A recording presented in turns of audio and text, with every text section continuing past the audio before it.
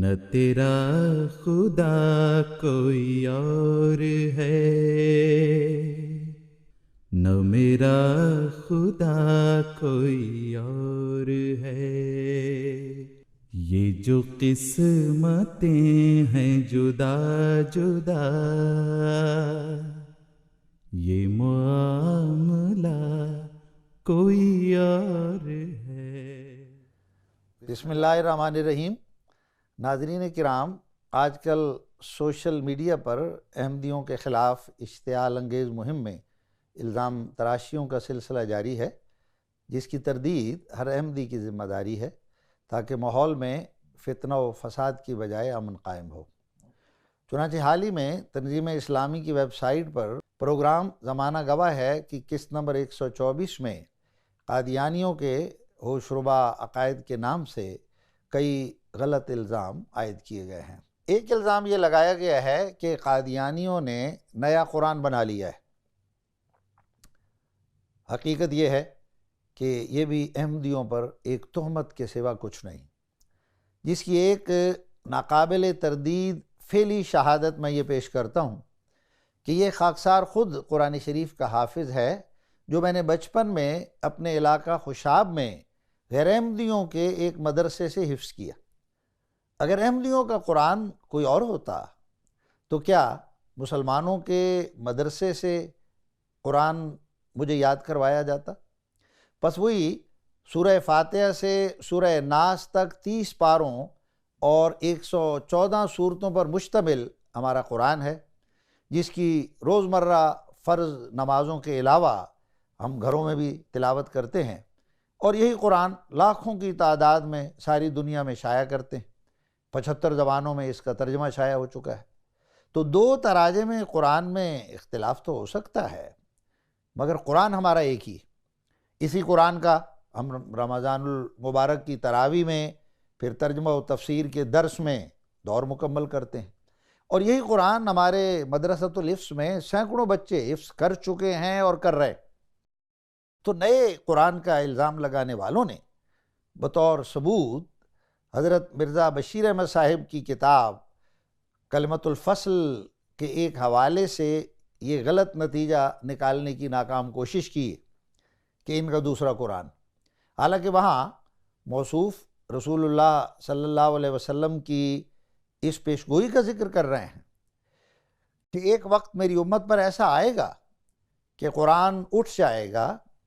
یعنی اس کے معنوں میں تعریف کر دی جائے گی، اور لوگ قرآن پڑھیں گے مگر ان کے حلق سے نیچے نہیں اترے گا، یعنی وہ اس پر عمل نہیں کریں۔ چنانچہ 14ویں صدی کے نواب نور الحسن خان صاحب نے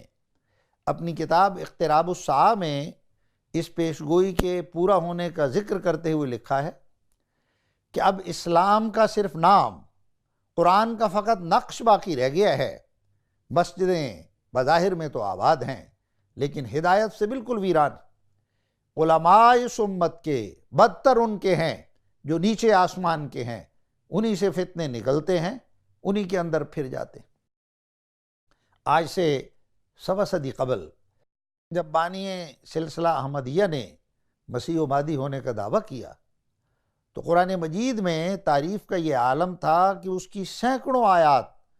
قابل منسوخ قرار دی جا چکی تھی کہ اب ان پر عمل کی ضرورت نہیں رہی، اور ان کو دوسری آیات نے منسوخ کر دی۔ چنانچہ حضرت شاہ ولی اللہ محدث دہلوی نے لکھا کہ مفسرین نے 500 سے زائد آیات تک منسوخ قرار دی، لیکن میرے نزدیک 5 آیات منسوخ۔ تو ایسے وقت میں حضرت بانی جماعت احمدیہ نے قرآن کی معنوی حفاظت کا بیڑا اٹھا کر اس کی عزت و عظمت قائم کر کے دکھائی، اور اعلان فرمایا کہ قرآن مجید خاتم الکتب ہے، اس میں اب ایک شوشہ یا نقطہ کی کمی بیشی کی گنجائش نہیں۔ معترض نے احمدیوں پر قرآن کی بجائے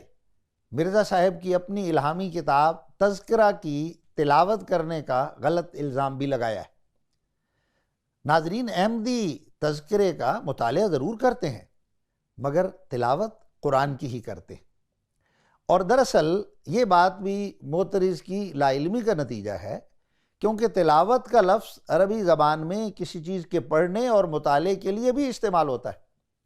چنانچہ خود قرآن شریف میں سورہ عنکبوت کی آیت نمبر 49 میں ہے وَمَا كُنْتَ تَتْلُو مِن قَبْلِهِ مِن کتاب، یعنی خود حضرت صلی اللہ علیہ وسلم امی ہونے کے باعث قرآن کے نازل ہونے سے پہلے دیگر کتابوں کی تلاوت نہ کرتے تھے۔ اب دیگر کتابوں کے پڑھنے کے لیے تلاوت کے الفاظ خود حضرت صلی اللہ علیہ وسلم کے بارے میں استعمال ہوئے۔ تو اصل بات یہ ہے کہ جب بانی جماعت احمدیہ کے الہامات کا مجموعہ تذکرہ پہلی دفعہ شائع ہوا تو اس کے مطالعہ کی تحریک کرتے ہوئے جماعت کے ناظر تعلیم و تربیت نے اخبار میں حضرت خلیفۃ المسیح ثانی کی نصیحت کے حوالے سے یہ اعلان کروایا کہ احباب جماعت کو تذکرے کی تلاوت کرنی چاہیے۔ یہ اعلان جب حضرت مرزا بشیر الدین محمود احمد صاحب خلیفۃ المسیح ثانی نے پڑھا تو انہوں نے 26 دسمبر 1935 کو جلسہ سالانہ قادیان کے موقع پر اپنے خطاب میں ہزاروں احمدیوں کو مخاطب کرتے ہوئے اس کی اصلاح کی اور فرمایا، میں سمجھتا ہوں کہ تلاوت کا لفظ قرآن کریم کے لیے ایسا مخصوص ہو چکا ہے کہ کسی اور کتاب کے لیے اس لفظ کا استعمال بہت سی غلط فہمیاں پیدا کرنے کا موجب ہو سکتا ہے، اس لیے تلاوت کی بجائے ہمیں مطالعے کا لفظ استعمال کرنا چاہیے۔ ناظرین کرام، حقیقت یہ ہے کہ حضرت مرزا صاحب نے اپنی جماعت میں قرآنی تعلیم پر عمل کرنے کے لیے ایسی سچی محبت پیدا کر دی۔ آپ نصیحت کرتے ہوئے فرماتے ہیں، تمہارے لیے ایک ضروری تعلیم یہ ہے کہ قرآن شریف کو مہجور کی طرح نہ چھوڑ دو، کہ تمہاری اسی میں زندگی ہے۔ جو لوگ قرآن کو عزت دیں گے وہ آسمان پر عزت پائیں گے۔ نوع انسان کے لیے روئے زمین پر اب کوئی کتاب نہیں مگر قرآن۔ پھر فرمایا، میں تمہیں سچ سچ کہتا ہوں کہ جو شخص قرآن کے 700 حکم میں سے ایک چھوٹے سے حکم کو بھی ٹالتا ہے وہ نجات کا دروازہ اپنے ہاتھ سے اپنے پر بند کرتا ہے۔ سو تم تدبر سے قرآن کو پڑھو، سو تم قرآن کو تدبر سے پڑھو اور اس سے بہت ہی پیار کرو، ایسا پیار کہ تم نے کسی سے نہ کیا ہو۔ ناظرین کرام، ایک اور قابل ذکر بات کہ امت محمدیہ میں نعت رسول لکھنے والے تو بہت ہوئے، مگر حضرت مرزا صاحب وہ منفرد ہستی ہیں جنہوں نے قرآن کی شان میں ایسے اعلیٰ درجے کی نعتیں لکھی ہیں کہ 1400 سال میں اس کی نظیر نہیں ملتی۔ آپ بانی ہیں قرآن کی نعت لکھنے کے۔ کیا خوب فرمایا، جمال و حسن قرآن نور جانے ہر مسلمہ ہے، قمر ہے چاند اوروں کا ہمارا چاند قرآن ہے۔ مخالفین حضرت مرزا صاحب کے الہامات کے مجموعے تذکرے کو دوسرے قرآن کے طور پر پیش کرتے ہیں، حالانکہ خود حضرت مرزا صاحب نے اپنی اسی نعت میں اس کی تردید فرمائی ہے۔ چنانچہ ایک اور شعر اس نعت قرآن کا یہ ہے، کلام پاک یزداں کا کوئی ثانی نہیں ہرگز، اگر لولو امہ ہے وگر لال بدخشاں ہے۔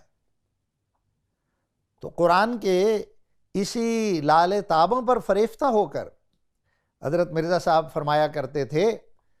دل میں یہی ہے ہر دم، دل میں یہی ہے ہر دم، تیرا صحیفہ چوموں قرآن کے گرد گھوموں، کعبہ میرا یہی ہے۔ بالآخر حضرت بانی جماعت احمدیہ کے اس ارشاد پر ختم کرتا ہوں جو آپ اپنی عربی کتاب مواہب الرحمن میں فرماتے ہیں، ہمارے لیے آسمان کے نیچے ہمارے برگزیدہ نبی محمد صلی اللہ علیہ وسلم کے سوا کوئی نبی نہیں ہے، اور ہمارے لیے قرآن کے علاوہ کوئی کتاب نہیں۔